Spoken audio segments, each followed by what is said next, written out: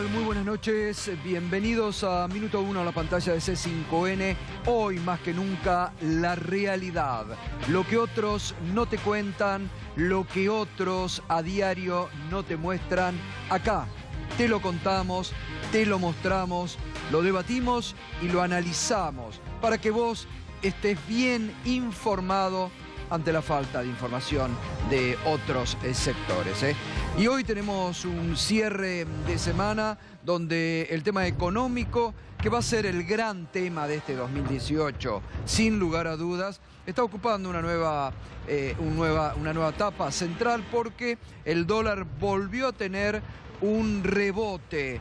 Hoy viernes, enseguida vamos a estar hablando, críticas de distintos sectores y donde ha quedado mucho para dialogar y conversar también después de la cumbre de Mar del Plata de la CGT. El dólar a 19.31 cerró en este viernes, mientras sigue la presión sobre la moneda norteamericana. Hay muchos sectores que dicen, hoy está, fíjese, el gobernador de la provincia de Mendoza, titular de la Unión Cívica Radical, aliado principal del gobierno, Cornejo, que salió a decir que estaba muy retrasado el dólar y distintos sectores que están metiéndole presión para una nueva devaluación.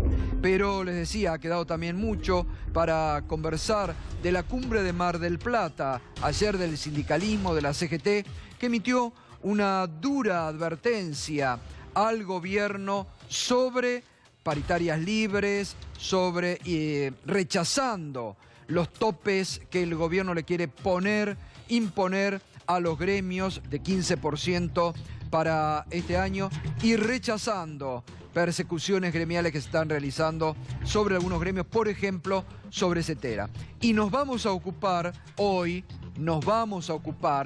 porque fíjese, ¿no?, esta doble vara que hoy tiene la sociedad argentina. Porque gran parte de la sociedad argentina la tiene el gobierno, la tiene la justicia y gran parte de la sociedad argentina lamentablemente la tiene y ha comprado. Para algunas cuestiones rápidamente se investiga, nos parece muy bien que frente a algunas amenazas, por ejemplo, a algún integrante del gobierno, se haya investigado y se haya dado inmediatamente con esos amenazas. En algunos casos, eran amenazas menores. Ahora, fíjese, volvieron las amenazas sobre el dirigente sindical Roberto Baradel.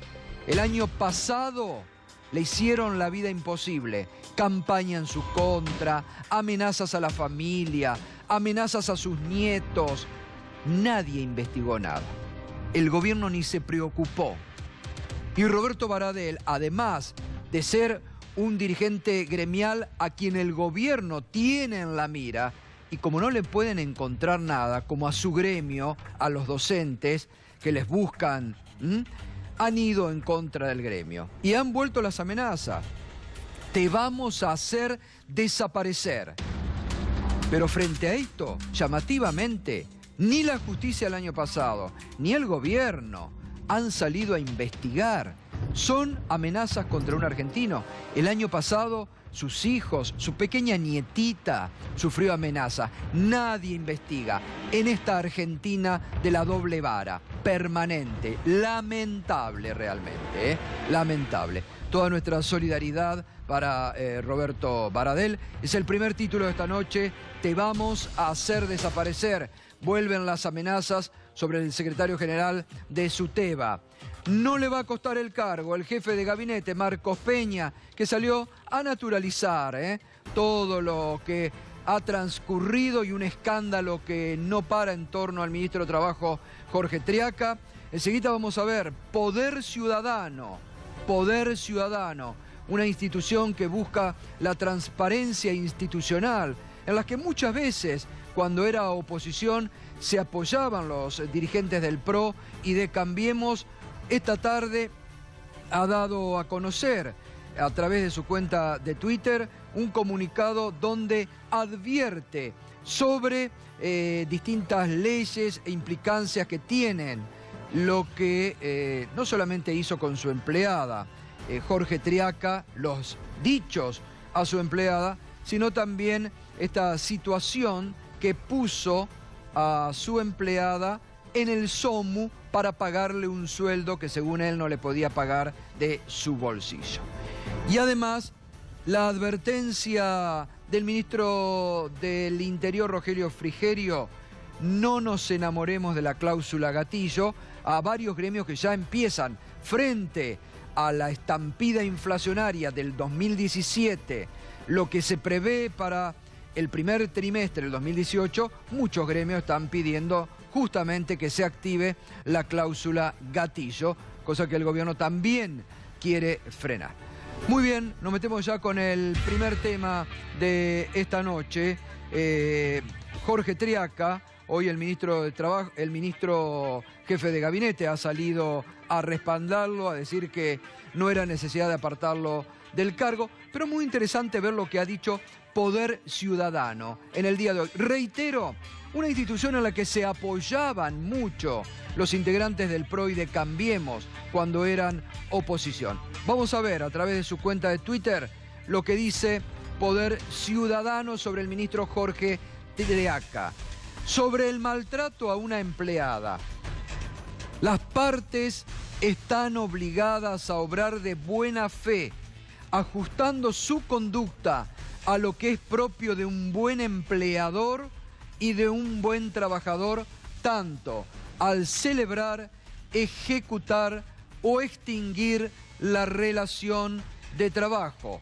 Y Poder Ciudadano dice: esto es parte de la ley de contrato de trabajo que el propio ministro de Trabajo, para con su empleada, no habría tenido en cuenta. Sobre todo cuando dicen las partes están obligadas a obrar de buena fe, ajustando su conducta a lo que es propio de un buen empleador y de un buen trabajador. Vamos a lo otro. Sobre la sospecha de favorecerse con el ingreso de la empleada en la intervención del SOMU, dice Poder Ciudadano: un funcionario público no debe recibir ningún beneficio personal indebido vinculado a la realización de un acto inherente a sus funciones. Esto según lo que sostiene la Ley de Ética Pública. Según esto, el ministro Jorge Triaca no habría cumplido con la Ley de Ética Pública, porque él se favoreció del SOMU, de la caja del SOMU, porque desde esa caja le pagaba el sueldo a la empleada. Está bien, la nombró como interventora para San Fernando, no sabemos los antecedentes de esta persona para ejercer ese cargo, pero recordemos que la señora Sandra Heredia, de ella estamos hablando, sostuvo que le había pedido al ministro un aumento salarial en sus funciones de ama de llaves de la quinta familiar, y que como el ministro Triaca le dijo que no podía darle ese aumento, la designó en el SOMU y pagaba la caja del SOMU. Conclusión: el ministro, según Poder Ciudadano, enfrenta dos situaciones diferentes. Una privada, en relación al maltrato y forma de contratación de una empleada, en negro, buena parte de sus años de servicio en negro, y una pública respecto a la contratación durante una intervención a su cargo de personal que trabaja para él.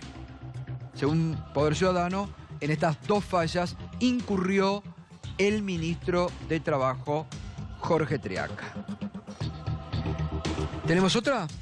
Sí, ambos casos deben ser investigados en profundidad, en especial, dice Poder Ciudadano, por tratarse del ministro de Trabajo de la Nación, que debe velar por los intereses y protección legal de los trabajadores. Bueno, esta tarde se supo que la Oficina Anticorrupción, a cargo de la señora Laura Alonso, va a investigar esto. Bueno, fíjese, señora Laura Alonso, Poder Ciudadano, la Oficina Anticorrupción investigará a Triaca por el nombramiento de su empleada en el SOMU. El organismo, encabezado por Laura Alonso, estudiará la relación de la mujer con el gremio, pero no tendrá injerencia sobre el polémico audio en el que la insulta. No me acuerdo, Mariano, no sé si vos te acordás que si Laura Alonso presidió Poder Ciudadano. Estaba en Poder Ciudadano. Bueno, no fue, recuerdo bueno, si sí. la fue, pero es una de las fundadoras. No, exactamente, bueno, por eso, me estaba acordando en este momento. Justamente, fíjense, Laura Alonso adquiere notoriedad pública justamente, como bien dice Mariano, al ser una de las fundadoras y después presidir, creo que estuvo presidiendo durante muchos años, Poder Ciudadano, desde el cual adquirió relevancia pública. Eso fue lo que la catapultó, claro, a los lugares de importancia, sí, dentro del PRO en aquel momento. Sí, sí, y a los medios sobre todo, ¿no? Y a los medios. Así que fíjese, señora Laura Alonso, usted, que fue una de las fundadoras de Poder Ciudadano, como Poder Ciudadano ya le está advirtiendo y le está alivianando su tarea, porque le está diciendo, Poder Ciudadano, las dos cuestiones donde el ministro falló. Así que investigue, no se haga la distraída para varios casos. Investíguelo también a Echeverre, que Echeverre dice que le consultó a usted antes de cobrar el bono de 500.000 pesos. Que ahí también Echeverre incumplió con la ley de ética pública que tanto pregonaban cuando eran oposición, pero parece que muchos integrantes del gobierno se han olvidado ahora que han llegado a ser funcionarios. Y hoy, en esta tendencia que tiene el gobierno de naturalizar todo, el ministro coordinador, el ministro jefe de gabinete, Marcos Peña, sobre Triaca dijo lo siguiente. Nosotros no está bien, está mal. El caso puntual del exabrupto, él ya pidió disculpas y está claro que no refleja quién es, ni su forma de vincularse, ni su calidad personal. Y la cuestión de haberla elegido para esa delegación del SOMU creemos que es un error. Es un error centralmente no por la funcionalidad, porque creemos que fue a trabajar, por lo que nos ha informado y cumplió, tenía una razón, que era la confianza necesaria. Pensemos que no estamos yendo a intervenir en un lugar sencillo, ¿no? Es un lugar plagado de corrupción y plagado de distintas situaciones, y se privilegió la confianza por ahí a otras cuestiones. Y creemos que es un error, porque nosotros hemos elevado la vara y tenemos que estar a la altura de la vara que nos ponemos. Dicho esto, nos parece de todas formas que él lo ha explicado y lo seguirá explicando, pero no invalida su calidad como ministro, su calidad personal, su integridad y todo lo que ha logrado en estos 2 años como ministro. Consideramos que es un excelente ministro de Trabajo y respaldamos su trabajo en ese sentido. Y bueno, y obviamente para todos los funcionarios tiene que ser una alerta de decir estas cosas. La sociedad no quiere que se tenga un estándar bajo, tenemos que tener un estándar más alto. ¿Eso que vos calificás como error le puede costar el cargo?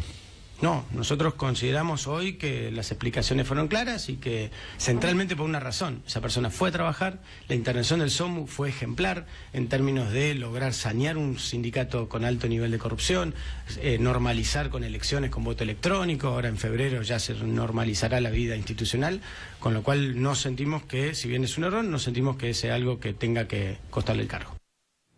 Bueno, el propio ministro admite que es un error. El propio ministro admite que hubo un incumplimiento en las funciones, lo que decíamos anteriormente. Y me pareció también muy importante lo que señala y lo rescato, porque yo lo digo todas las noches acá, cuando uno hace crítica, me alivianan también a la tarea el propio jefe de gabinete, el señor Marcos Peña, cuando dijo y reconoce que ellos elevaron la vara muy alta para cuestiones que decían no nos van a pasar, pero que están ocurriendo. Porque esto que él tilda un error, la verdad, lo está marcando Poder Ciudadano, ya no lo estamos diciendo nosotros, lo está marcando Poder Ciudadano. Incumplió con la ley de ética pública, clarísimo, y la ley de contratos de trabajo. Pero es doblemente un error, es el ministro de Trabajo de la Nación. Doblemente tendría que dar el ejemplo, como funcionario y como ministro de Trabajo de la Nación. Pero además tienen el caso de Echeverre. Y hay otros casos similares de conflictos de intereses, lo de Aranguren. Hoy también Marcos Peña defendió, dijo que no había ningún problema con los parques eólicos que vendió la familia del presidente.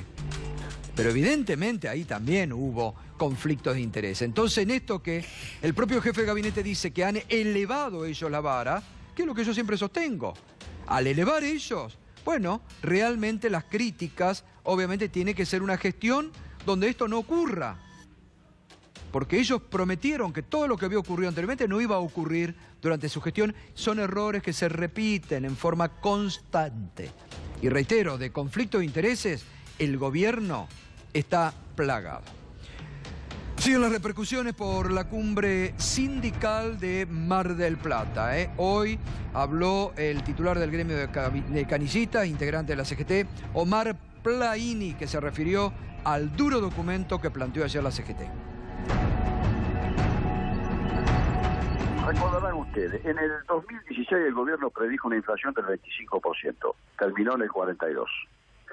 En el 2017 el gobierno dijo que iba a ser del 17% y terminamos entre el 25 y el 27. Según el Observatorio de Datos Económicos Sociales de nosotros de la CGT es el 27,2. Según el propio INDEC, alrededor del 25. Pero ahí estamos. Y ahora nos propone una negociación de paritarias no más allá del 15%. A confesión de parte, a relevo de prueba, diría un jurista. Si ya hemos vivido 2 años que el gobierno no acertó, ¿por qué habría de aceptar si los propios consultores y economistas que usted conversa, oficialistas, no oficialistas, independientes, ya le están diciendo que la inflación va a estar cercana entre un 20 y un 24%, que es lo que estima también el Observatorio nuestro de datos de la CGT? ¿Por qué nos quieren condicionar a esto? No lo vamos a aceptar. La responsabilidad de un gobierno que dijo, cuando asumió, que lo más fácil que era bajar la inflación, ya llevamos casi el 70% de inflación en 2 años.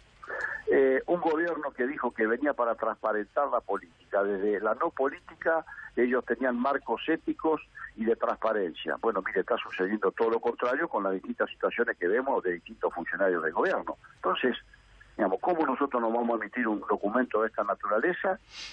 Es lo menos que podemos hacer. Bueno, muy bien, y el próximo confederal que va también a definir ya si se realizan movilizaciones en los próximos meses, ¿no? Bien, vamos al precio del dólar, que hoy tuvo un nuevo rebote en este viernes, muy caluroso, climatológicamente hablando, pero también a la City, 19,31 cerró, elevando y pasando ya la barrera de las 19. Ha cerrado el dólar hoy. Y el INDEC dio a conocer lo que tiene que tener una familia para una canasta básica de alimentos. Miren lo que se ha elevado, 16.847,24 centavos. La canasta básica en diciembre tuvo un aumento del 23,4%. Sí, respecto al año anterior, pero bueno, esto es lo que ha aumentado. Un mes de diciembre donde el consumo también fue bajo, todo el 2017 terminó con el consumo abajo y preanunciando un 2018 que, como decíamos, ahora lo vamos a estar debatiendo con Carlos Heller, con Miguel Bogiano, un 2018 que en términos económicos se está presentando muy conflictivo y con expectativas negativas. Bien, volvieron las amenazas, lamentablemente, sobre el secretario general de SUTEBA, Roberto Baradel. El año pasado, toda su familia, su nietita, nada se supo. Y en las últimas horas recibió un mail: te vamos a hacer desaparecer. En una semana donde la tensión escaló entre los docentes y el gobierno a raíz de la eliminación de la paritaria nacional por parte del gobierno y también de cambios para el gremio CETERA. Lo vemos.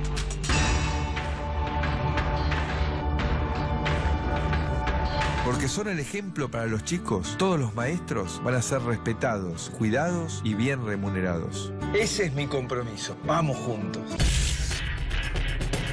Vos fijate el gobierno del diálogo. La dirección, el gobierno nacional niega las paritarias docentes a nivel nacional y no nos ha convocado a ninguna reunión formal el ministro Finocchiaro para discutir en términos integrales la educación. Y nosotros asumimos, y antes también, viene habiendo mucha confusión con lo que era la ley de financiamiento educativo y el decreto que la reglamentaba. ¿Sí? Nunca hubo una paritaria docente nacional. En nuestro caso es el intento de destruir el convenio colectivo de trabajo para nuestro sector, para el sector docente, y que la paritaria nacional deje de existir, algo que venían de alguna manera planteando y llevando adelante tanto el ministro Bullrich en la segunda gestión, en el segundo año de su gestión, como con muchísima más virulencia el ministro Finocchiaro, que no se cansa de denostar a los docentes. Porque si se hubiera querido hacer una paritaria docente nacional, se hubiese dictado una ley que estableciese una paritaria docente nacional. El director general de Cultura y Educación, que sí tenemos diálogo telefónicamente, no ha convocado a ninguna reunión del Frente de Unidad Docente para discutir la educación. ¿Cuánto van a pedir de aumento? Vamos a ver el impacto que tiene, pero el impacto que tiene el aumento de tarifas y demás. Pero lo que ya marca el Instituto de Estadística de los Trabajadores, que está integrado por gremio de la CGT y la CTA, habla de una proyección cercana al 24% el año para este año. Muy bien, nos acompaña esta noche María Laura Torres, secretaria adjunta de SUTEBA.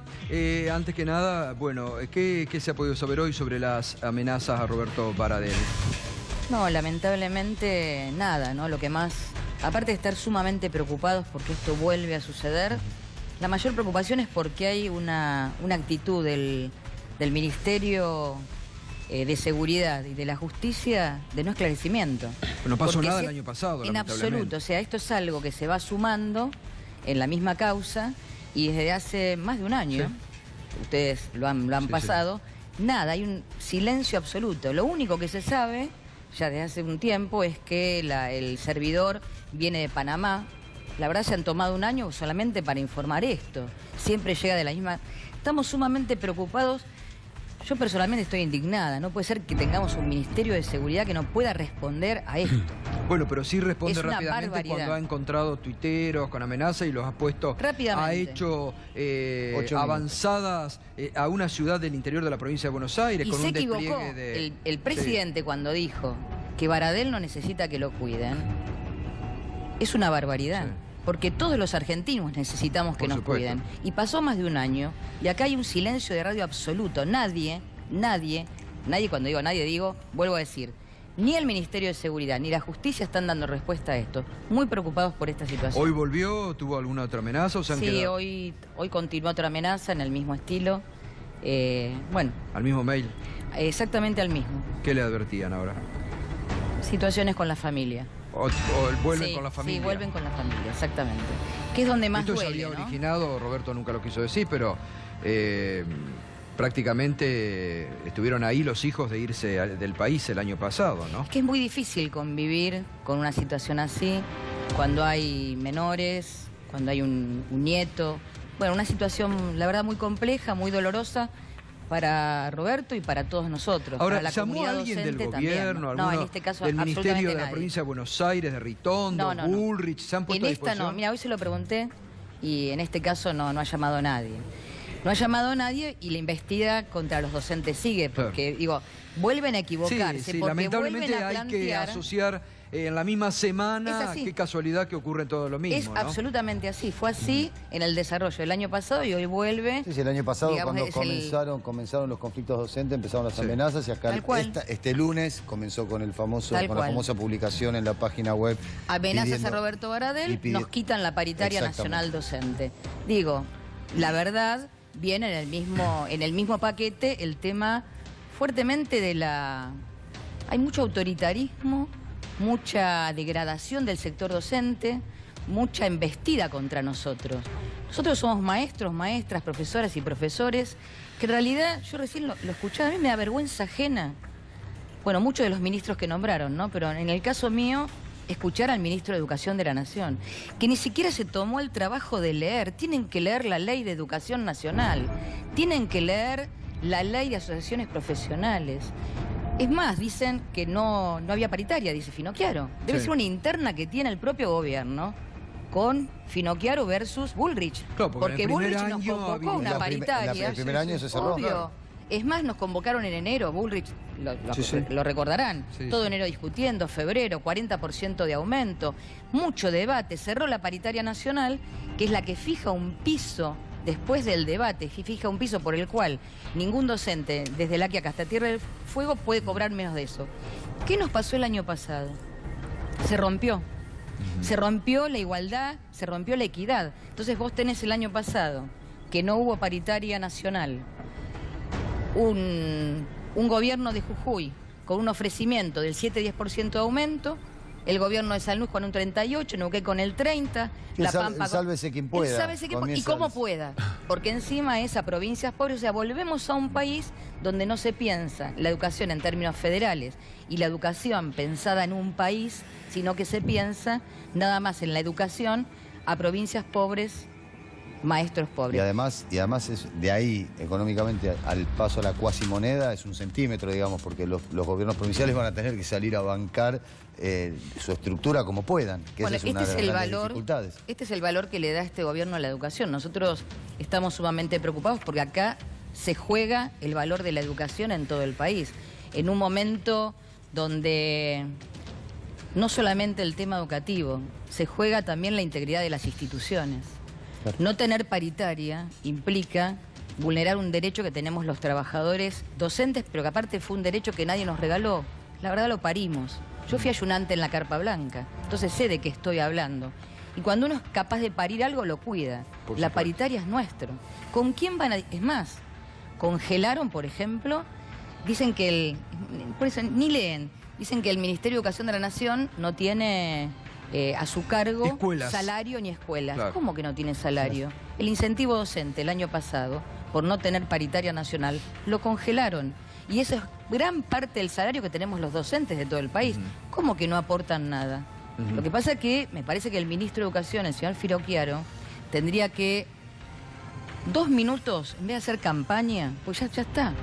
No tiene que hacer campaña, lo que tiene que hacer es parar, mirar la ley, leer la ley de educación, la ley de financiamiento, la ley de asociaciones profesionales y darle una respuesta a los docentes de todo el país. Pero fundamentalmente está poniendo en crisis también el sistema educativo nacional. Y esto es muy grave. Pugliano, ¿y va a poder el gobierno cumplir con esta meta de este tope que le ha impuesto de 15% a las paritarias? ¿Con el desborde inflacionario el año pasado y con lo que se prevé para este año? El problema surge porque efectivamente la meta inflacionaria del 2017 no solo no se cumplió, sino que se erró por mucho. Errar por un 8% cuando se estimaba en la cota superior el 17% y termina siendo el 25%, es un error grave, y me parece que el error grave reside con la misma raíz que tiene la inflación en la Argentina desde 80 años, y es que todos los políticos de todos los signos gastan más de lo que recaudan. Entonces, nosotros muchos economistas lo podemos repetir hasta el hartazgo, pero es importante que la sociedad de una vez pueda entender, para exigirle a los políticos, que si gastan más allá de lo que recaudan, ¿para qué se ha usado al Banco Central? Al Banco Central se le ha usado como una caja boba desde que fue creado en 1935 para que imprimiera todo el papel moneda necesario para financiar el gasto que no conseguía recaudar. Es importante esto, porque es la raíz del problema inflacionario. Sí. Y lo que tuvo problema Macri es que no atacó correctamente la reducción del gasto, y es lo que tanto se le critica, y fue también los problemas que tuvieron el kirchnerismo y tantos otros gobiernos que han tenido la inflación. ¿Pero qué estarían gastando de más, por ejemplo? ¿Cómo? ¿En qué estaría gastando de más el gobierno de Macri? Eso es otra discusión que hay que ver en todas las cosas que hay que gastar de más, que se está gastando más, pero por lo pronto acá pareciera que no hay ni siquiera una real conciencia de que eso no es un problema.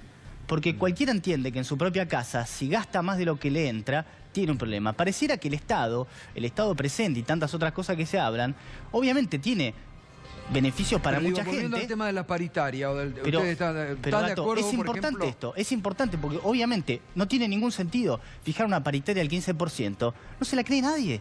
¿Quién le va a creer? 15% de inflación. El mercado al día siguiente ya esperaba 17, 18, y es muy probable que termine siendo en la zona del 20. Es totalmente no creíble. Ha perdido la credibilidad el Banco Central, pero porque el Tesoro continúa gastando y el Banco Central, a través de los adelantos transitorios, sigue financiando un gasto público excesivo. Carlos Heller, ¿crees que el tema es de que el gobierno está gastando de más, que no puede controlar la inflación? No. A ver, para ayudar en el análisis, yo tengo aquí la minuta del directorio del Fondo Monetario Internacional de diciembre del año pasado, donde luego de terminar la revisión del artículo 4 deja su informe para el gobierno. es largo, pero como viene exactamente al tema, los directores indicaron que es esencial reducir el gasto público, sobre todo en los ámbitos en particular de salarios, pensiones y transferencias sociales. Es decir, el gobierno está cumpliendo, va a intentar cumplir, por eso cambia la fórmula de ajuste jubilatorio, por eso intenta ponerle un techo a las paritarias, porque está claro que, salvo el gobierno, nadie cree que la inflación va a ser del 15%. Entonces, cuando se anuncian paritarias con un techo del 15% y sin cláusula gatillo, lo que se está diciendo es los salarios tienen que bajar en términos reales. Y además lo que está diciendo, la inflación no la generan los salarios. La inflación es producto de un montón de factores, pero fundamentalmente de la puja distributiva. En un país donde no hay ninguna política sobre las políticas de precios, los formadores de precios trasladan permanentemente y siempre terminan ganando más que en la vez anterior. Esto pasa aquí y pasa en cualquier lugar del mundo. Si no hay políticas públicas que le pongan un límite a eso, siempre termina aumentando la ganancia. Por eso en el mundo cada vez hay un grupo de ese 1% famoso de la población, de las empresas o de la familia, o como lo querramos llamar, que hoy ya tiene más riqueza que todo el resto de la humanidad. Bueno, esto es parte de un relato histórico que tiene la Argentina hace 80 años, que pretende darle una explicación... Esto que, perdóname, lo que dice Carlos. Lo que dice Carlos. ¿Lo dijo el Fondo Monetario, no yo? No, la explicación suya que habla de la puja distributiva y que la inflación es producto de la puja distributiva y la lucha de salarios, cuando en realidad la inflación es un problema superado en todo el mundo. Y la Argentina tiene que terminar de entender que justamente cuanto más emisión de pesos hay, más termina siendo la inflación. Es tan sencillo como eso. Pero el año pasado, y el Banco Central... Pero el año pasado pero hay una serie de errores. El año pasado no emitieron tanto. Discúlpeme. Por supuesto. ¿Puedo? Pero lo que pasa es que acá esto es algo que... Discutir este tema pareciera algo que está discutido en el mundo y sin embargo discutir la redondez de la Tierra. No hay nadie en el mundo que ponga en duda que la inflación es un fenómeno enteramente monetario. No la fija el Banco Central las metas de inflación, la fija el Poder Ejecutivo Nacional. Pero eso no tiene nada que ver con cuál es la raíz de la inflación. Usted habló recién de que el Banco Central está equivocado fijando metas de inflación irreales y en realidad el Banco Central, según dijeron el otro día en la conferencia de prensa donde estaban las autoridades económicas, el presidente del Banco Central, intenta cumplir con la meta que el gobierno federal le establece respecto de meta de inflación. Sí, y pero para eso... Pero eso porque es una política antiinflacionaria que ha implementado, pero que no quita que la raíz del problema inflacionario en Argentina es el exceso de impresión de papel moneda. Y es lo que ha hecho que hayamos perdido 13 ceros. Y en el mundo entero... Carlos, el problema... usted tiene varios años y ya debería saber a esta altura que en la Argentina, desde que se ha creado el Banco Central, lamentablemente... ¿Hablamos por turno o...? Sí, vamos a ver, Miguel. No, yo digo, porque si no... Está bien. Si es un problema de yo, soy capaz también de contestar. Me parece bien. Dale, me parece bien. Mire, acá y en el mundo entero, y más allá de los guarismos de inflación, hoy todas las políticas que viene aplicándose en el marco de la globalización y de los modelos neoliberales apunta a la reducción del valor del salario en términos reales. Si la inflación es del 10, los salarios tienen que subir el 8. Si la inflación es del 8, tienen que subir el 5. Y acá nos vienen diciendo todo el tiempo que la Argentina no es competitiva, que la Argentina tiene que bajar el costo laboral, que la Argentina tiene que bajar el costo impositivo, etcétera, etcétera. Entonces tiene una ecuación así. Un déficit fiscal que aumenta, porque es mentira que disminuyó, subió, porque este cuento de hablar del déficit primario y olvidarse de los intereses en un país que está en un fenomenal proceso de endeudamiento no resiste absolutamente nada. Totalmente de acuerdo. Sube el déficit fiscal y le rebajan las retenciones a los sojeros, a los productores de grano. Bajan el impuesto a los bienes personales, que es una manifestación clara de la riqueza acumulada. Entonces no hay más remedio que ajustar brutalmente del lado del gasto. Y en la Argentina no se puede ajustar el gasto si no se ajusta el gasto social. porque el gasto social es la base fundamental del gasto. ¿Puedo hablar? Todo lo otro, ya termino, todo lo otro que se discute, entonces mete la política, porque eso le cae mal a la gente y demás, es chiquito en relación al gasto. Los 100.000 millones que se ahorran con el cambio de la fórmula jubilatoria son enormemente mucho más que todo lo que en el verso dice que van a ahorrar en el tema de la política. A ver. Bueno, Carlos, usted tiene algunas apreciaciones que son incorrectas en términos cuantitativos, y le voy a explicar por qué. Que no son coincidentes con las suyas. Permítame que le voy a... no me las califique. Discúltamela, pero no me las califique. Usted ya me dijo que eran incorrectas. Diga que no está de acuerdo. Una cuestión cuantitativa. Usted tiene otras. No, porque es un número. Un número no es discutible. Porque usted está diciendo que el problema es con retenciones y el problema es con bienes personales, que son impuestos que no significan un grueso en la recaudación. ¿Cómo? ¿Por qué no? Porque el grueso de la recaudación, IVA y ganancias, se llevan el 75%. Entonces, cualitativamente, es correcto que eso mueve la aguja, pero en realidad no hace al gran problema del ingreso del Estado. También me resulta válido y valoro que usted ahora se sorprenda por el déficit fiscal, que obviamente yo coincido con usted que esto no es más que un truco contable, como tantos otros usó el kirchnerismo en el pasado, de decir que el déficit fiscal solamente hay que mirar el primario, cuando efectivamente, con todo el nivel de endeudamiento que hubo, no mirar los intereses. En la etapa anterior no había endeudamiento, no por mirar eso era muy intereses, parecido el primario que el otro. Seguro, pero los trucos que usaban eran otros. Los trucos que usaban contables eran otros, por supuesto. Eran diferentes, pero acá estamos usando otros trucos contables.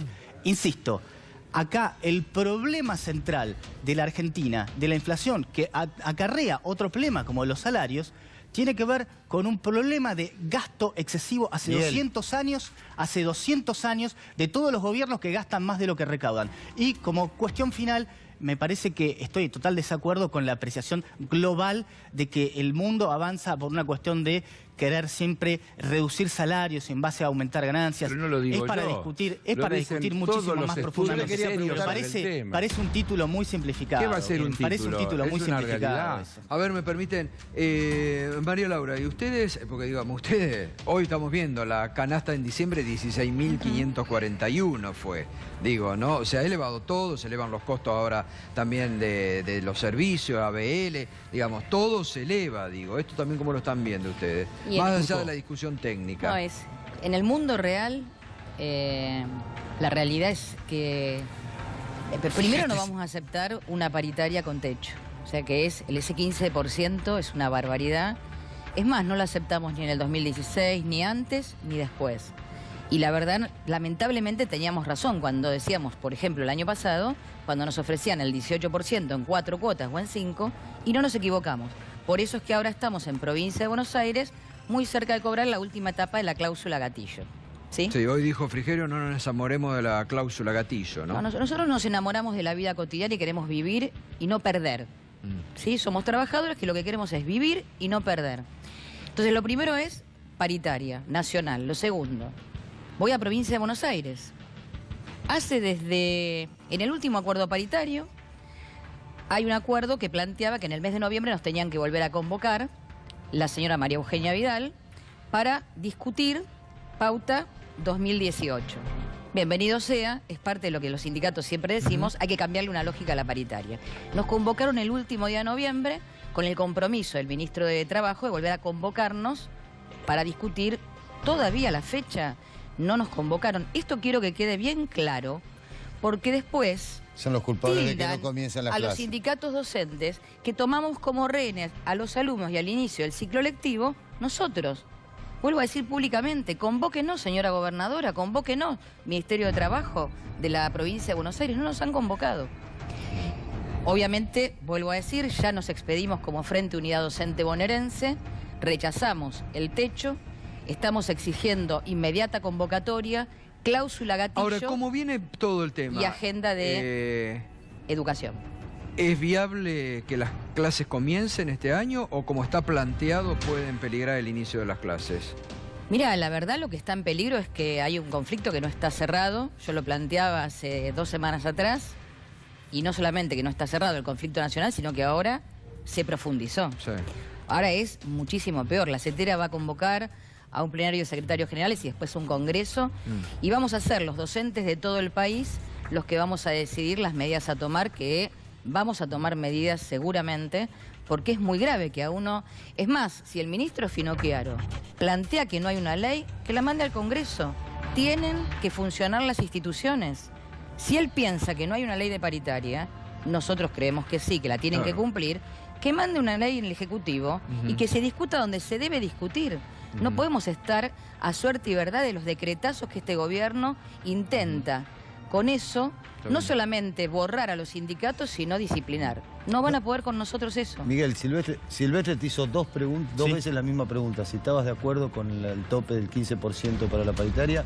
Y además me gustaría que reflexiones sobre lo que acabas de escuchar que dijo María Laura, digamos. Bueno, puedo hacer comentarios del gremio docente. Evidentemente, el 15% es injusto porque lo que va a pasar es que efectivamente le va a caer el salario real.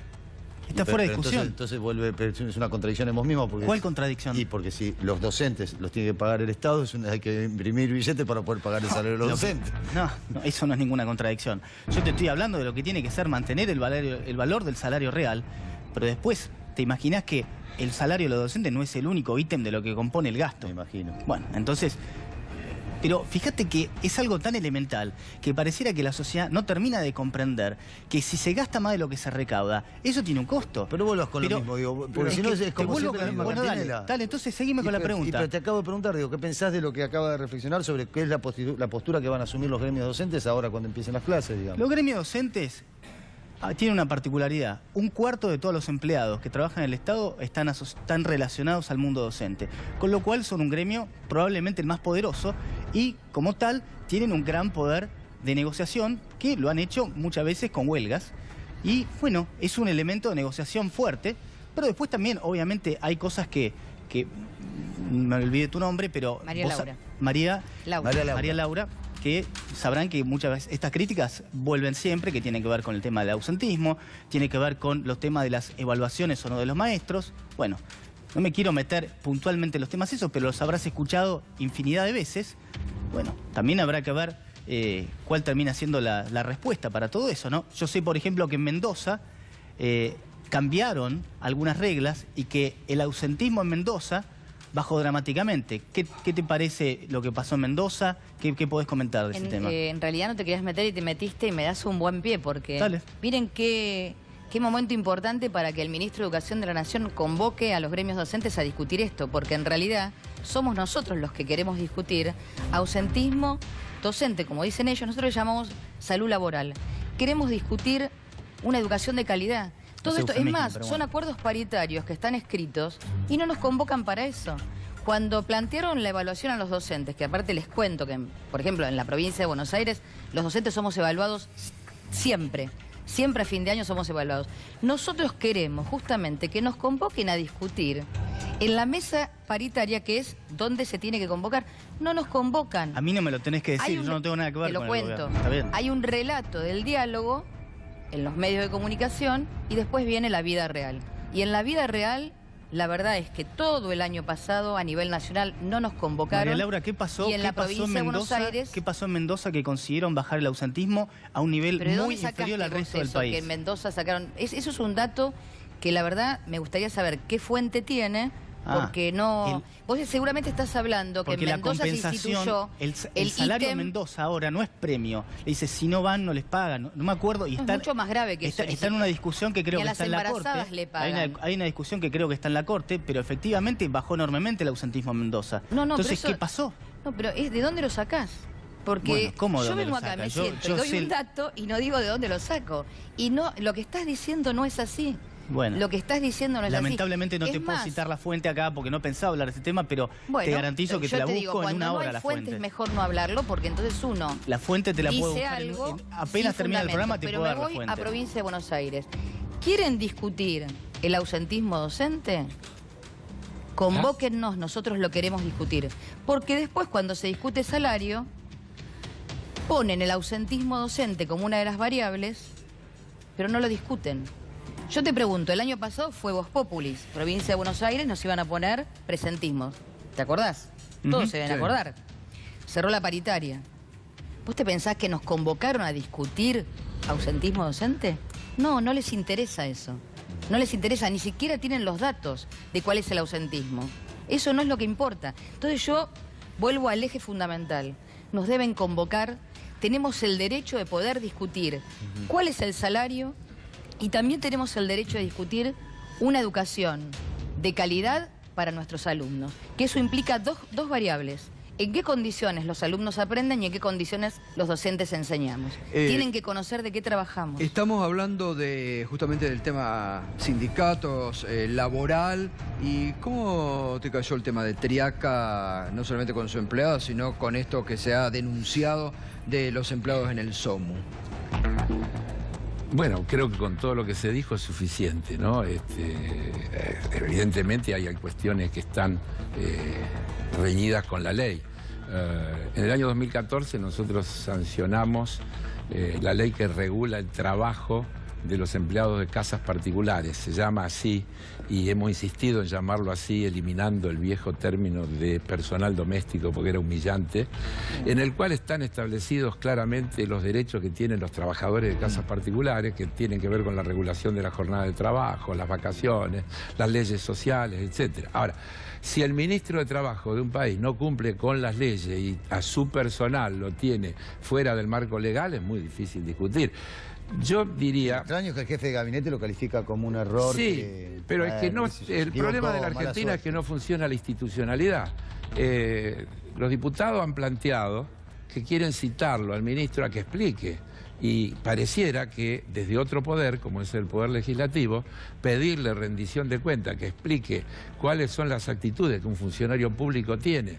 Tanto acá se subestima el tema de la relación con la trabajadora, pero creo que hay dos cuestiones: el tema de la relación con la trabajadora y el tema de la utilización de fondos públicos, colocando gente en un sindicato intervenido por el Ministerio de Trabajo. Es decir, es delicado. Pero como yo sigo sosteniendo el principio de la inocencia y lo vengo manteniendo siempre, lo que yo creo que el tema hay que profundizarlo, hay que investigarlo, y que el ministro lo que tiene que hacer es someterse a todas las investigaciones que son necesarias para que quede totalmente María Laura, clara cuál es su responsabilidad. ¿cómo les cayó esto a vos como mujer, digamos, las palabras que tuvo hacia su empleada el propio ministro, ¿no? No, es muy violento, ¿no?, escucharlo, y es más violento escuchar al jefe de gabinete. Porque hay cuestiones que rozan la ética. Debe ser que nosotros como docentes tenemos esa formación, o porque nuestros viejos nos enseñaron determinadas cuestiones que tienen que ver con la ética, que tienen que ver con los maltratos. Así que como mujer sindicalista, como mujer trabajadora, la verdad, que otro ministro plantee que es solo un error, es meternos en un país que yo pensé que no íbamos a volver a vivir. La verdad, mucha bronca, cuando uno aparte lo repiten a cada rato, ¿no? Bueno, eso. Y Miguel, ¿vos qué pensás de todo este asunto? Porque esto es algo que, incluso desde tu postura ideológica... Esto supera cualquier ideología. O económica. Pero esto supera cualquier ideología. Creo que nadie puede estar de acuerdo, ¿no? Que el ministro de Trabajo tenga a alguien en negro, me parece... Es opinante. Es para reírse, no reírse claramente, no, pero es inverosímil, parece inverosímil, me parece un chiste, un mal chiste. Parece un chiste, realmente no se me ocurre es en casa de herrero cuchillo de palo multiplicado por 100, no sé qué decir. ¿Por qué crees que es ideológico? No, porque es ideológico, es una concepción, lo que plantea también Marcos Peña tiene que ver, es una cuestión de clase. Es una cuestión de clase, bueno, cómo te miran, ¿no? Cómo te miran, cómo te tratan, no es un error. Es un desprecio. Cuanto menos son dos errores, ¿no? Además, es una cuestión de desprecio, ¿no? Sí, a ver si logro... Yo traje un grafiquito. Sí. A ver si lo puedo mostrar, si sale. Pero porque no es de la Argentina, no. Seguí, otro. Traje varios, pero no es ese. No, bueno. ¿Lo tenés ahí? Sí. Mostrarlo directamente a la cámara. Bueno, lo muestro directamente a la cámara. No, seguí pasando. Traje 4. No importa, que lo muestre acá a la cámara. ¿Saben lo que es esto? ¿Ven que hay dos líneas que van para abajo? La de arriba, participación de la clase media en los ingresos en Estados Unidos. En Estados Unidos. Periodo 1967-2012. Ahí está en pantalla. Acá. En pantalla. La línea de arriba, la verde, participación de la clase media en los ingresos. La línea roja de abajo, tasa de afiliación gremial. Quiero decir que en Estados Unidos se llama clase media a todos los trabajadores registrados. En realidad, ellos clasifican a los ricos de un lado, los pobres, que son los que están en planes asistenciales, etcétera, etcétera, y la clase media, que son todos los que tienen trabajo registrado. La caída de la participación de lo que ellos llaman la clase media es en paralelo con la caída de la tasa de afiliación gremial. Es decir, en la medida en que, como ahora, la gobernadora Vidal le recomienda a los trabajadores desafiliarse, porque en definitiva, en la medida en que cada uno queda librado a su suerte y en la relación individual, pierde derecho. Y entre los derechos que pierde, pierde ingresos. Sí, pero además hay algo mucho más importante o mucho más grave en la situación, porque aquel que queda afiliado también queda expuesto. Sí, claro. Supongamos que hay una desafiliación pero si se debilita el sindicato. Exactamente. Mariano, queda como una lista negra. Lo que ha pasado esta semana, hay un caso concreto esta semana en Campana, lo hablábamos en la radio. Una empresa de plástico que despidió 70, no ha cerrado la fábrica, pero ¿para qué? Para contratar gente con una flexibilización laboral de hecho. Monotributistas. Con una flexibilización laboral de hecho. ¿Puedo hacer un comentario? Sí, claro. Yo creo que el gráfico es muy interesante, es válido, y voy a darle un... Ojo que es oficial, está clarísimo, del censo del Departamento de Comercio de Estados Unidos. No tenía la correlación con la afiliación, pero le voy a dar más información incluso. Incluso los que tienen título universitario en Estados Unidos... Así es. Tampoco están creciendo en términos de salario real. Y solamente está creciendo el 1%. Pero lo que pasa en la Argentina me parece que está probablemente en el otro extremo. Todo lo que tiene que ver con la afiliación gremial, comparado con lo que es en otros países, no hablemos del mundo, hablemos nada más de América Latina, y bueno, hace que... Pero discúlpame, ¿vos crees que los trabajadores ganan mucho? Permíteme, ¿Pero Carlos. ganan mucho los trabajadores? Permítame, Carlos, permítame. No, Pero permítame, porque no va con que los trabajadores ganen mucho o no. Y permítame, porque acá lo que pasa es que pareciera que cuando uno habla de flexibilización laboral quiere decir que el tipo cobre menos. Quiere decir que todos los que están en el medio, para que un empleado le llegue a la mano 10.000 pesos, el empleador tiene que poner 16.000. Esos 6.000 se los reparten entre mucha gente. Lo que estamos discutiendo el sistema jubilatorio es un ahorro de los trabajadores hacia el futuro. No es solo el sistema jubilatorio. Es el principal. Es el principal, pero hay muchos otros. Y entonces, el pago de la obra social es la defensa de un derecho de los trabajadores. ¿Puedo hablar? ¿Puedo hablar? Sí. ¿Puedo expresar mi idea? Bueno, gracias. Lo que quiero marcar es que en Argentina, esta cuña... tiempo para la mía también, ¿no? ¿Cómo? Sí, acá yo manejo los tiempos. Vamos, esta cuña del 60% es muchísimo más grande que lo que es en el promedio de otros lugares del mundo. Entonces, no estoy abogando por eliminar los sindicatos, porque efectivamente, si no tuvieran alguien que los agremiara, bueno, estarían totalmente indefensos. Pero me parece que en la Argentina estamos del otro lado. Lo que yo mostré... Perdón, pero ¿qué significa del otro lado? Claro. Estamos en una situación totalmente extrema, donde los gremios hoy tienen más relevancia que lo que está pasando con los tipos de las empresas. Mariano. No, porque se hace inviable la empresa. Porque se hace inviable la empresa. A ver, Carlos, primero, se hace inviable contratar gente. Lo primero que yo muestro cuando muestro el gráfico es que la tasa de afiliación gremial está vinculada al ingreso de los trabajadores y que por lo tanto abogar por una menor tasa de afiliación gremial, la estadística, el dato global muestra que tiende a generar caída del salario real, indefectiblemente. Si uno escucha todo el discurso oficial... Esa estadística no sé de dónde la saca. ¿Cómo que no? Y no, porque... Pero si yo le estoy diciendo que si sacamos intermediarios, paga menos el empleador y le llega más al empleado, yo estoy hablando de todo lo que están en el medio que muerden. Hay un montón de gente que está mordiendo en el medio. Por favor. Otra vez. La seguridad social no es un gasto, es un derecho. La seguridad social es un derecho. Los subsidios no son una mala palabra. Esta cosa ya la vivimos, estimado amigo. Mire, la idea de esa de que achicar el Estado es agrandar la nación le costó mucho a la República Argentina y a todos los ciudadanos que vivimos y ciudadanas que vivimos en este país. Esa idea ya estuvo acá. Achicar el Estado es agrandar la nación. Es mentira, es una falacia, es un típico argumento neoliberal que se utiliza acá y en el mundo entero para rebajarle los impuestos a los ricos, ajustando el gasto social, porque es de la única manera que el tema se puede resolver. No hay otra manera de resolverlo. Porque como en mi casa, usted tiene ingresos y egresos.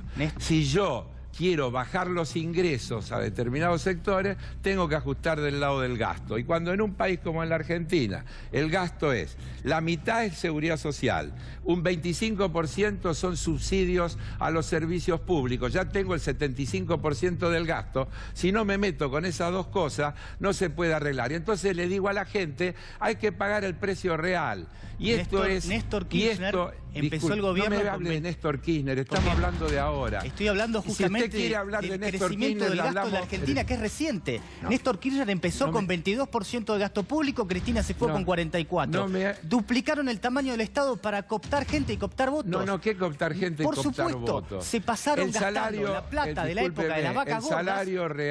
El salario real durante todos esos años, el salario real mejoró, el salario real mejoró de verdad y demostró que es una falacia esa simplificación de que la inflación es el impuesto que más afecta a los trabajadores. Los trabajadores mejoraron durante esos 12 años su salario real. Los jubilados mejoraron durante esos 12 años Usted tira cualquier cifra. ¿Qué cualquier cifra? Por supuesto. Perdón, la jubilación. El salario real. ¿Qué va a hacer? La usted no le gusta creerlo, mala suerte. No, pero escuche, no se ponga nervioso. No, pero claro, usted inventa números, ¿qué quiere que haga? Pero usted, ¿en qué país vive? ¿En Groenlandia vive usted? ¿En Islandia? ¿En qué país vive? Que parece que se enteró ahora recién que los Kirchner duplicaron el tamaño del Estado. Me imagino que yo le vuelvo a repetir, yo no dije Me imagino que lo sabía. discutiendo Ahora es una eso. novedad. Tenemos un Estado grande gracias a los Kirchner. Yo le dije, sí, señor. En la República Argentina, durante esos 12 años, el salario real promedio de los trabajadores mejoró.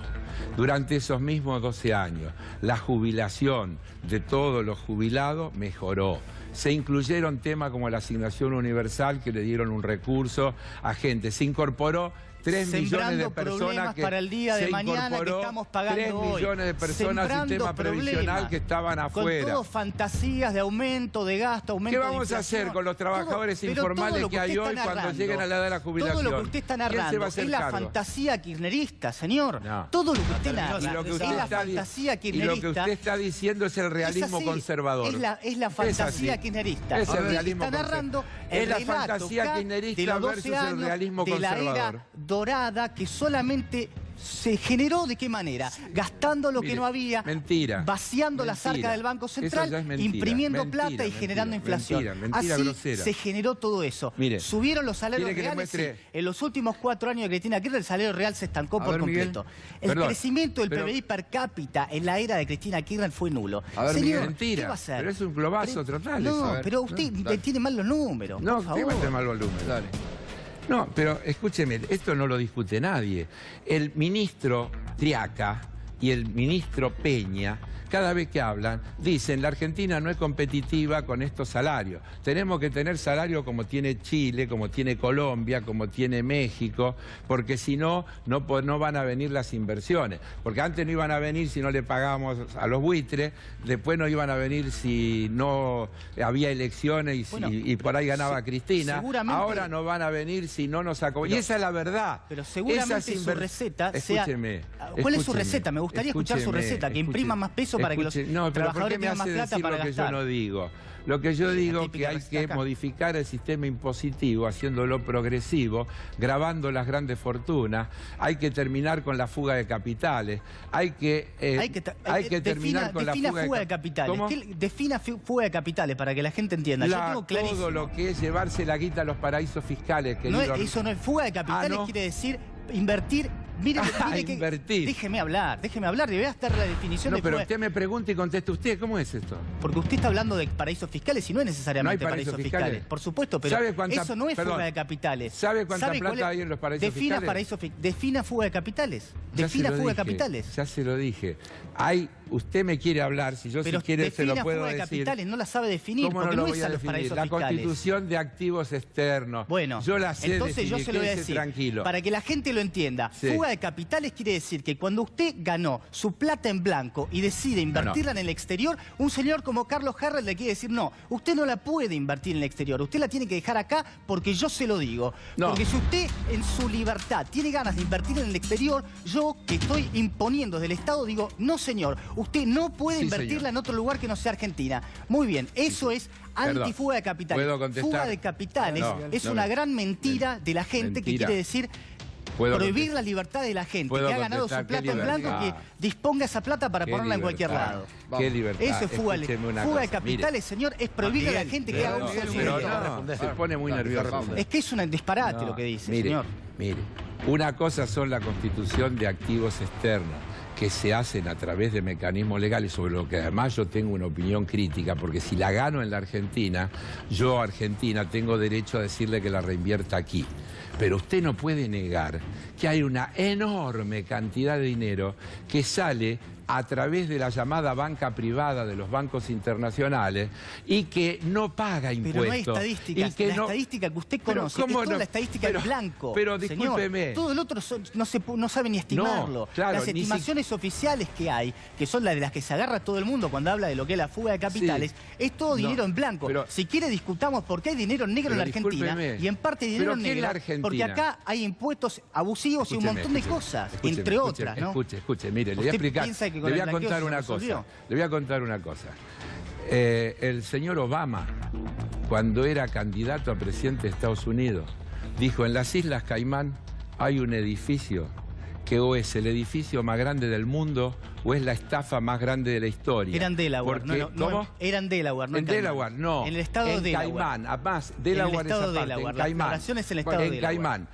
Pero lo que estaba diciendo, que en una única dirección fiscal había miles de empresas registradas. Sí, señor. Cuando usted mira los bancos internacionales, la cantidad de sucursales que tienen en todos esos países, ¿me puede explicar para qué las tienen? No hay actividad económica en esos países. Hay solamente guita escondida de no pagar impuestos, de la corrupción, del narcotráfico, de la trata, de todas las cosas que usted se puede imaginar. Eso, ahora la Argentina tiene problemas por eso, claro. Ya volvemos.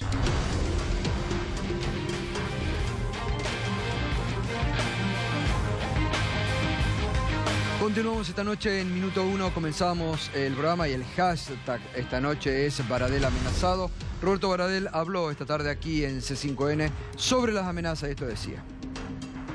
Bueno, un mail con características similares a las anteriores, diciendo que manejan los medios, que manejan la justicia, que tienen el gobierno, que van por el sindicato y van por mí, que van a exponer a mi familia, que pueden hacer lo que quieren, que me calle la boca, que están perdiendo la paciencia y yo el tiempo de callarme la boca. Así que la verdad que es un hecho gravísimo en democracia, más teniendo en cuenta que son amenazas que vienen del año pasado, que hay una casilla, que no se determina quién es el responsable, no se está investigando con la profundidad que tiene que investigarse, y yo creo que es parte del clima que genera el gobierno, un clima de persecución, antisindical, de falta de respeto. El tema de la eliminación de las paritarias a nivel nacional es una agresión a los docentes, negar una paritaria libre para establecer un piso salarial nacional. Después las declaraciones del ministro, en lugar de fundamentar la medida que toman con argumentos sólidos, incurren en la chicana, en la descalificación.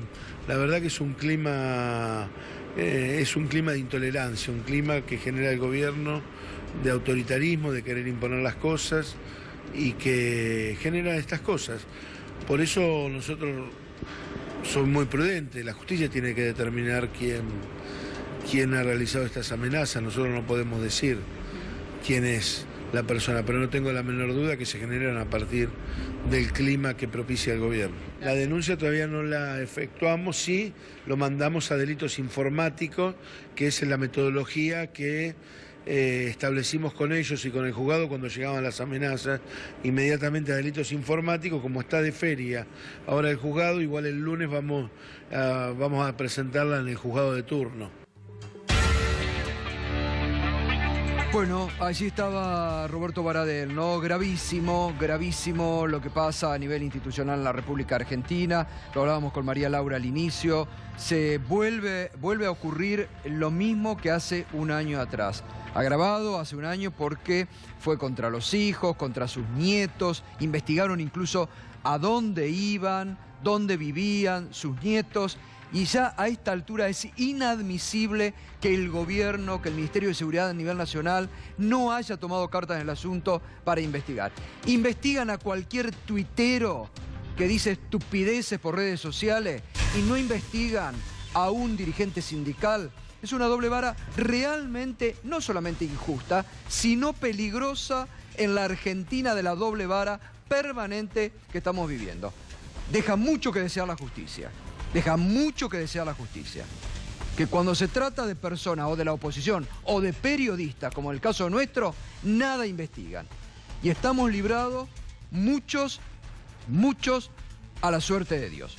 Es muy peligroso lo que el gobierno hace con esta doble vara. A algunos todo, para otros nada. Nada. Esperemos que no ocurran cosas lamentables. Veremos después si esto ocurre, ¿quién se hace cargo en la Argentina de hoy? ¿Quién se hace cargo? La verdad que es muy indignante, ¿no? Cero reacción que hay frente a estas cosas muy duras, ¿no? Que es nos terrible deben indignar a todos.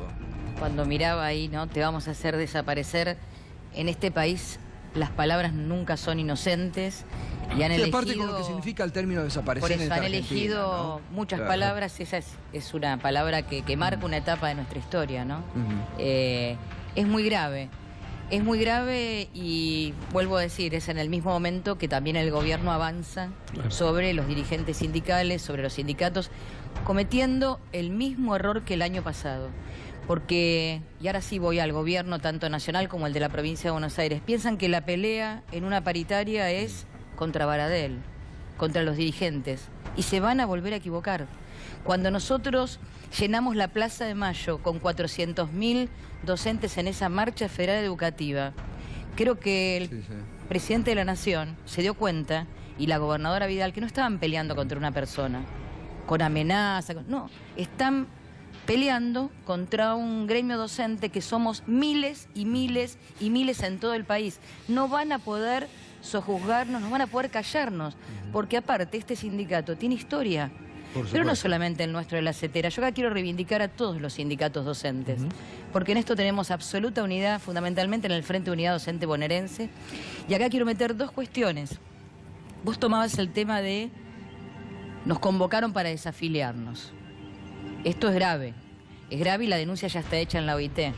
Pero vos fíjate en qué momento hay un proyecto en la legislatura. Aparte de ponernos un techo para discutir el aumento salarial, también hay un proyecto dando vueltas en la legislatura de la provincia de Buenos Aires para destruir nuestra ley jubilatoria, el sistema jubilatorio de los docentes de la provincia de Buenos Aires.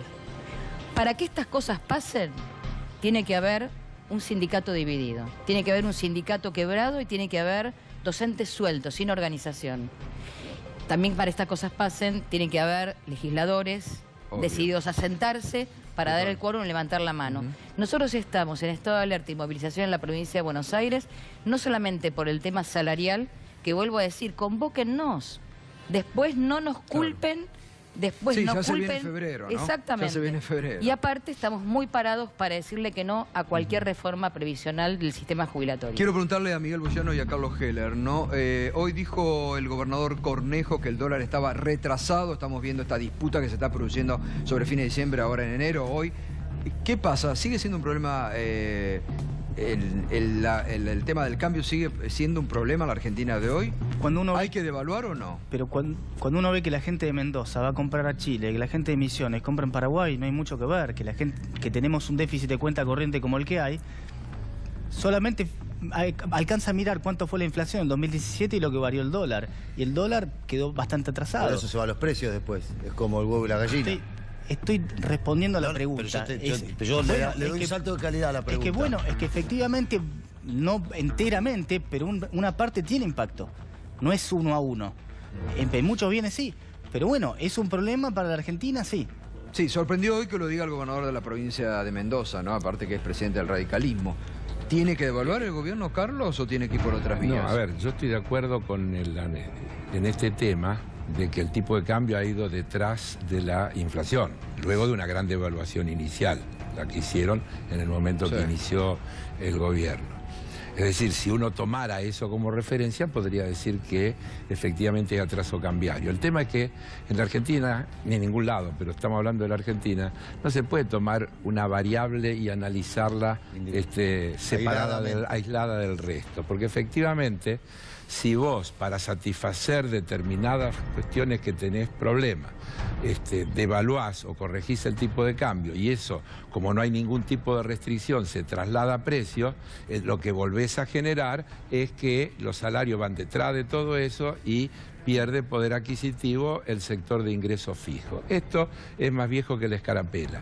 Por lo tanto, vos tendrías que pensar que en la Argentina, tal vez hay que tener más intervención del sector público, de manera que, por ejemplo, en vez de tener un tipo de cambio que único, exista la posibilidad, a través de reembolsos o a través de determinados mecanismos, tratar diferente al exportador de peras y manzanas de Río Negro que al exportador de soja de la Pampa Húmeda, por ejemplo. Pero eso requiere pensar un Estado distinto, con otro tipo de disposición y con la utilización de otro tipo de instrumentos. Melconian dijo en una línea, ya tengo que ir cerrando, ayer que hubo un error de diagnóstico inicial del gobierno que lo está pagando ahora, de Macri. Yo diría que el principal error es creer que porque simplemente venía Macri iban a llover inversiones. Lo que pasa que las cosas para las cuales habría que hacer para que vengan inversiones son todas cosas que ustedes detestan básicamente, que a mí me parece que están bien. ¿Ustedes quién? En general. Que Carlos seguramente. Sí, yo me sumo. Y Mariano, Mariano seguramente. A mí no me involucren porque... Simplemente vamos a describir, vamos a describir las cosas. Yo creo que el capital va donde le es más conveniente. Así es, donde le asegura la mayor tasa de ganancia. Sí, y en Argentina me parece que no solo... Así es, no, ratificás, donde le asegura la mayor tasa de ganancia. Donde le asegura la mayor tasa de ganancia, eso es una parte, y donde... Sí, hay alguna cosa más. Esa es la más importante, pero donde también tiene seguridad jurídica o mejores instituciones y donde aparte no tiene una red para pagar impuestos que es tan compleja como es la Argentina. Porque pagar impuestos en la Argentina comparado con otro país del mundo es enormemente hoy la complejo. seguridad jurídica en la Argentina está muy cuestionada, justamente. Probablemente, sí, sin duda. Hoy en la Argentina está pero muy seguridad jurídica quiere decir cambio de reglas. Por ejemplo, que hayan hecho el blanqueo y que después le cambien la regla, eso sí seguridad jurídica también. O que se saque con un decreto, se anulen 20 leyes, ¿no? Por supuesto.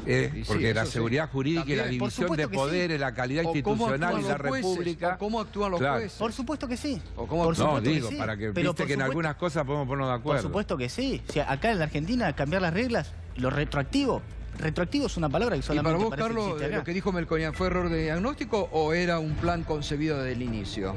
No, yo creo que hay un error de diagnóstico porque efectivamente ellos creo que en algún lugar imaginaron, como le pasó a Cavallo cuando vino en el gobierno de la Rúa, que estaba en una crisis total, y pensaron que con la presencia de Cavallo venían los capitales porque era un tipo que generaba confianza.